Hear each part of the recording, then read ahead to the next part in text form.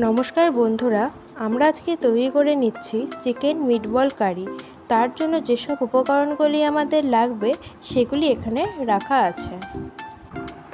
এবার মাংসের কিমাগুলোকে বোলের মধ্যে ঢেলে নেব। এরপর একে একে দেব পেঁয়াজ কুচি, রসুন কুচি, আদা বাটা, জিরে গুঁড়ো আর লঙ্কার গুঁড়ো। এরপর সেদ্ধ করে রাখা আলুগুলোকে এই বোলে ঢেলে নেব।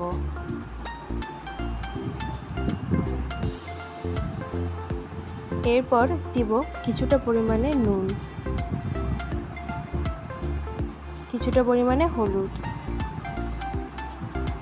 এরপর এগুলি সবগুলিকে একসাথে বোলের মধ্যে মাখিয়ে নেব।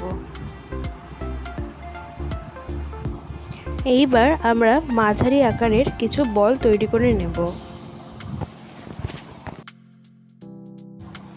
এইবার বন্ধুরা ফ্রাইং প্যানে কিছুটা পরিমাণ তেল নিয়ে এই মিটবলগুলোকে ভেজে নিচ্ছি।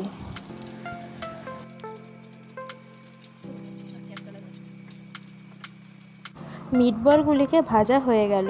এবার এগুলিকে একটা প্লেটে তুলে রাখলাম। এবার ফ্রাইং প্যানে কিছুটা পরিমাণ সাদা তেল ঢেলে দিলাম এবং তাতে জিরে ও তেজপাতা ফোড়ন দিয়ে দিচ্ছি। এবার একে একে সব উপকরণগুলি দিয়ে দেব। এবার দেব পেঁয়াজ রসুন বাটা, আদা বাটা, কিছুটা পরিমাণ জিরে গুঁড়ো ও লঙ্কার গুঁড়ো। এবার এটিকে ভালো করে নেড়েচেড়ে নিয়ে কিছুটা পরিমাণ নুন ও হলুদ গুঁড়ো দিয়ে দেব। এবার মশলাটিকে ভালো করে কষিয়ে তাতে পরিমাণ মতো টমেটো সস দিয়ে দেব। ব্যাস, মশলাটি কষানো হয়ে গেছে। এবার এতে পরিমাণ মতো জল দিয়ে দেব। ঝোলটি ফুটে উঠলে এবার আস্তে আস্তে মিটবলগুলোকে এর মধ্যে ঢেলে দেব। সবশেষে একটু গরম মশলার গুঁড়ো ছিটিয়ে দেব।